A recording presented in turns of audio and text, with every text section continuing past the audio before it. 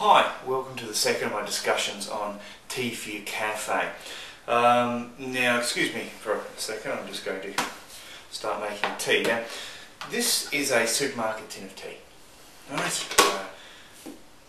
bought the tea tin once on a sort of special promotional thing, had it forever, refill it. Not an expensive tea. It is so much better than using a tea bag. So, if nothing else, if you decide to make virtually no effort, for God's sake, get a tin like this. Get yourself an infuser. It's that simple.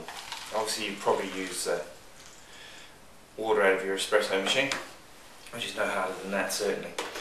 So, what I want to talk about today is the idea that if you are going to have some tea, having a little bit of a range, not too much that you can't cope with it, but having the right things. So I think that I'm always impressed when I walk in somewhere and there's 6 teas. I reckon 6 is about right. My former tea shop had 164 teas and herbal infusions and 48 different kinds of coffee. But you know, that was a specialty store. So if we go with 6, I think you can offer a good range and a bit of something for everybody. So these are the 6 that I recommend. Firstly, you need an English breakfast tea. This is actually my English breakfast tea, but I'm not recommending my range to cafe owners who are dabbling in tea. My range is more aimed at, I guess, specialty consumers at home, and there's some glaring omissions in it, and it's really, my range is aimed at people who've sort of tasted everything else. Well, now here's something different. So find yourself a good tea supplier who can supply you firstly a good quality English breakfast. Nice big leaves. It is the one you will sell the most of. Now the other one that would be very popular is an Earl Grey, and that's reasonably popular. Often people drink it with milk, which I find a bit bizarre, but there you go. Now, the next thing that's really important for you to have is a peppermint of some kind. You can have pure peppermint, you can have a peppermint ginger, peppermint and lemon. This is my 1001 Nights, which is peppermint and lemongrass, but something with a peppermint in it. Often peppermint green tea, as that is, or peppermint no tea, but you definitely want something that's pepperminty flavoured. Then you do need a green tea. This is Pymuttan, which is an absolutely glorious large-leafed green tea. It's a good choice, but there are other choices. Alright, now while I've been talking to you, I've been able to make a takeaway tea for a customer.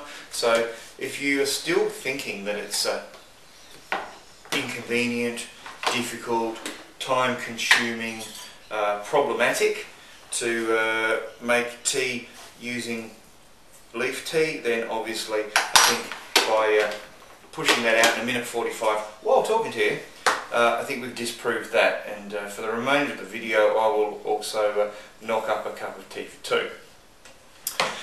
So we've got 2 left on our standard range. One is chamomile. Now chamomile, a couple of things about chamomile. First, it's truly dreadful, just appalling stuff. It is possible to have things like spiced apple and cinnamon and things in it to make it taste good, but I have a real problem with any product that you've got to actually flavour to make it taste good. Just don't drink it in the first place. Nevertheless, people drink chamomile. They do that for 2 reasons. Some people allege they like the taste. I find that difficult to believe. And the other thing is the complete myth that it's somehow good for you and helps you sleep. Now, even if someone does come into your cafe and wants to sleep, it will have no effect. Every scientific study ever done on chamomile shows it has absolutely no effect on your sleeping patterns. But anyway, chamomile, something you have to have. And now my 6th one here, I reckon there's a bit of an option on the 6th one. Now you can go with what I've gone with here, which is a chai.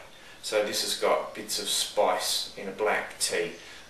Delightful. Now a lot of places these days use that powdered chai stuff. It's revolting and you should be shot for using it, quite frankly, and that's all I'm going to say about it. You do need to steep chai a little bit longer to let the spices go through. There's some good specialty ways to make chai. You can check out my videos on it. But it is probably a good option for your 6th one. I hummed and ahed a bit though, because my other option was to something like this. So something I personally find revolting, but it's a herbal mixture. This one's called Fresh Breeze.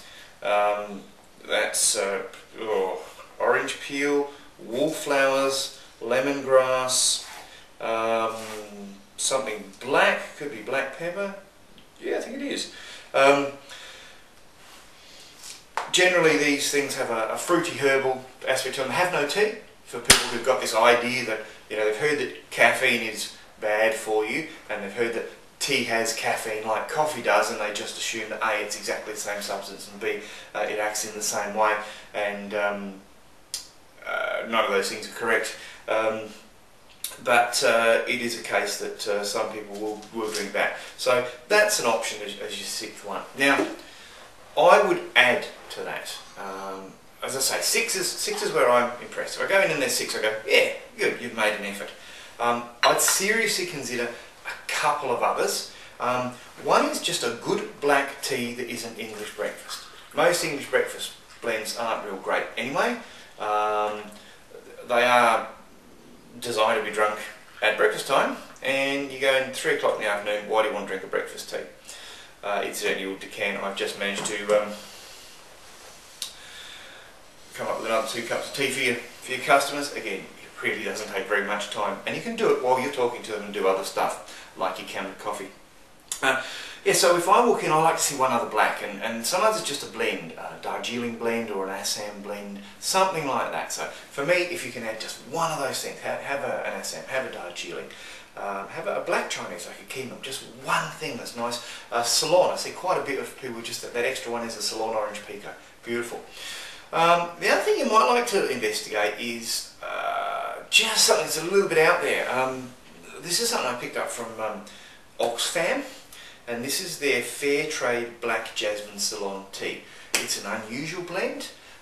It's got the fair trade thing, so customers who get really excited about fair trade, that will excite them. And yeah, you know, it comes in a tin, always handy in a hospitality environment. So yeah, maybe something like that. But I'll show you a close-up of these 6 teas and list them in a minute. But basically, if you can handle those 6 teas, some basic teapots and infusers, you're going to be so much better off than the 6 places around you that are serving tea bags. So with that, I'll drink my tea, and I look forward to seeing you in your cafe, where I might have a delightful tea. See you next time.